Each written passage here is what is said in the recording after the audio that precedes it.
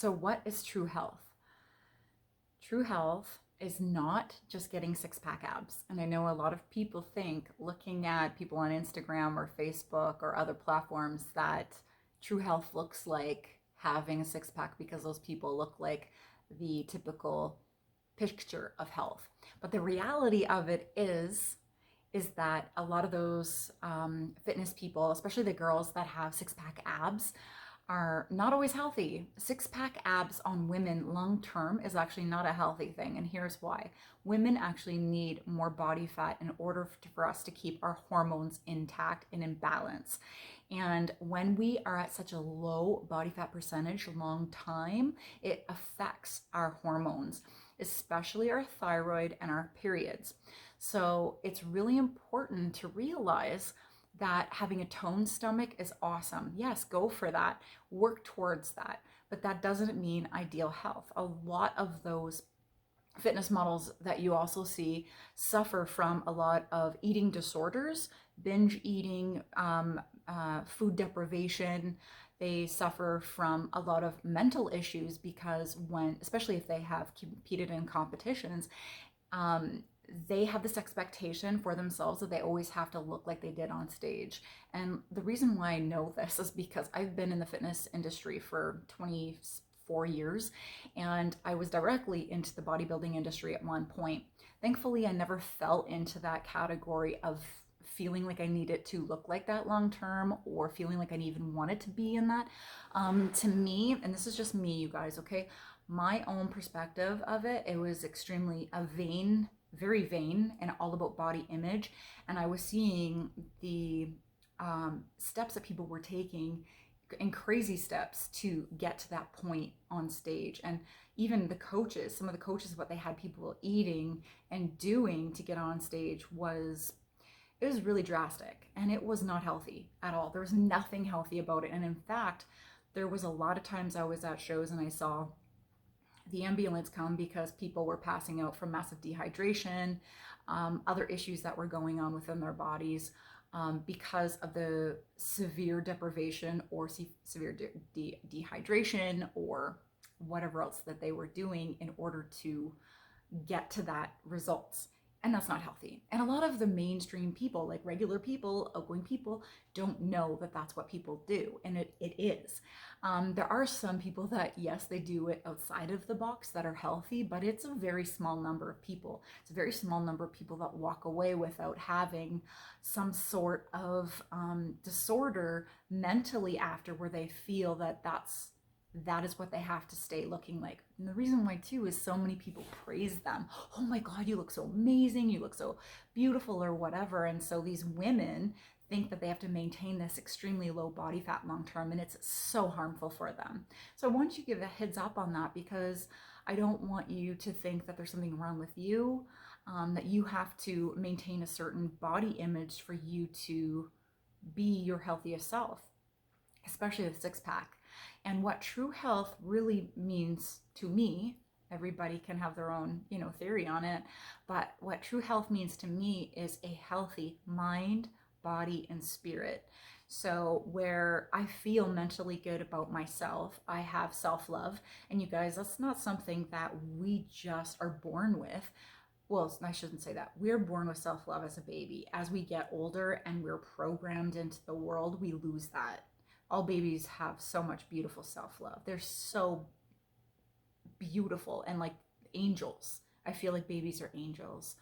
And as we start to be programmed by society, by TV, by media, by our parents, by schools, we lose that self-love because we have then expectations on ourselves and feeling like we're not good enough, or we're told we're not good enough by lots of different people. We grow up either bullied or whatever.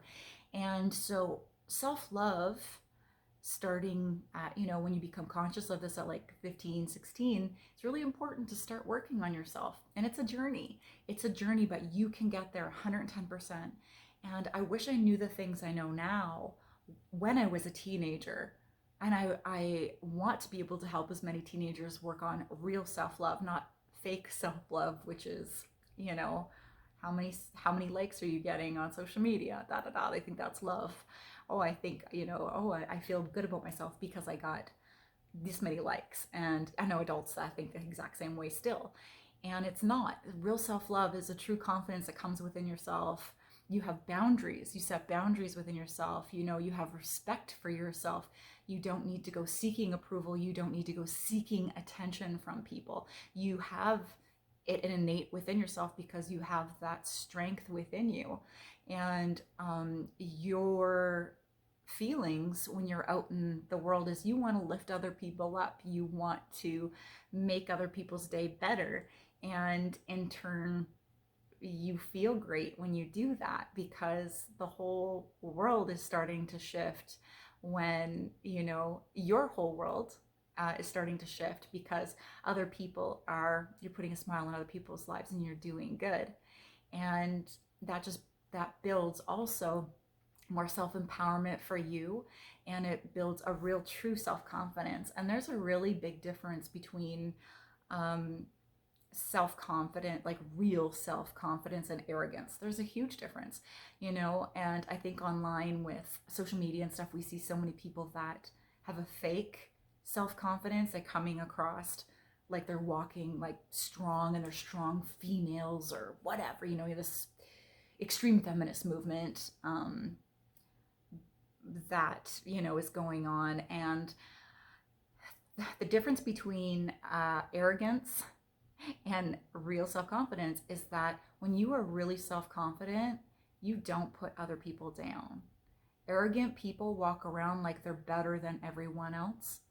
And even though they might have all this like really good language that they're using and confidence, but they put other people down, they judge people harshly, they manipulate whenever they want, they can. I guess a lot of people call these people narcissists, but that's not true. That's not true confidence. You have, with true confidence, a self-love. And again, you're bringing other people up. You're not judging others. You are trying to put yourself in other people's shoes to see how they've lived, and listening. That's the other thing, is a lot of people that are arrogant just like to talk about themselves. And somebody with a lot of true confidence within themselves listen to others. They just sit and listen. And then when it is their time to speak, you speak. But I think that's the other problem with society nowadays, is that people are so used to wanting to be heard instead of listening to what other people around you, your friends, family, have to say, and being a good ear, a good shoulder to listen to and provide, positive advice to them. So that's mind. And then body would be, staying physically fit, staying physically active, and however that is for you. So maybe you love to play hockey, so that's your, fitness outlet. Maybe you like to go rollerblading. Maybe you like to swim. Maybe you like to dance. It doesn't necessarily mean going to the gym, but it's doing some kind of movement that is, helping to keep your body healthy, but also that ties into the mind, because when we are active, it keeps our mind very healthy as well. And then spirit, what are you doing to keep a grounded part of you that is it's grounded. We need to be grounded, you guys, because there's so much negativity out there. When we're watching social media or we're watching things, it's really easy to be dragged into the garbage that's going on.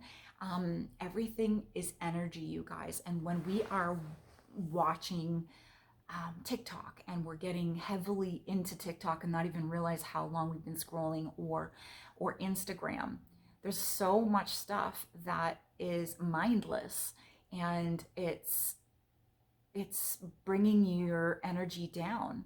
Because even if it's, oh, well, I'm listening to because this is what's going on in the world, well, is that really helping your life right now by listening to that? Is it?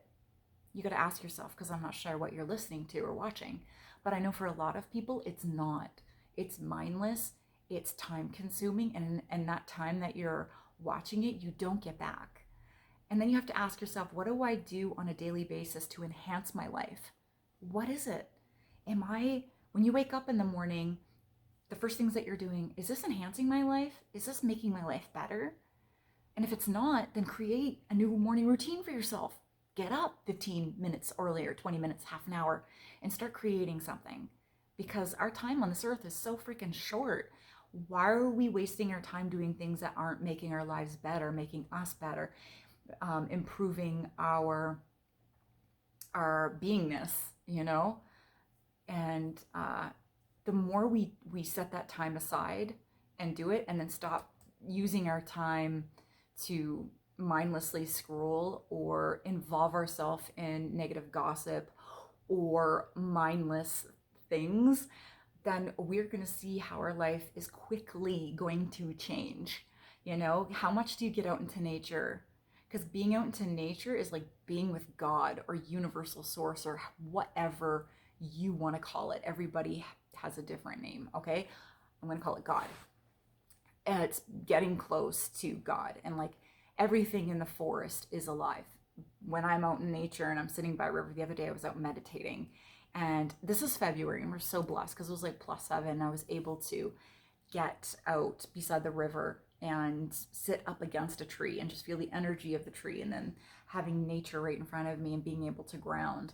And I'll tell you, I was like the day before, I was like aching to be in nature, aching to have that connection again, because it changes you. It changes you mentally, because there's an electromagnetic field that happens within the earth, that there's a huge electromagnetic field that is the earth. We are electromagnetic.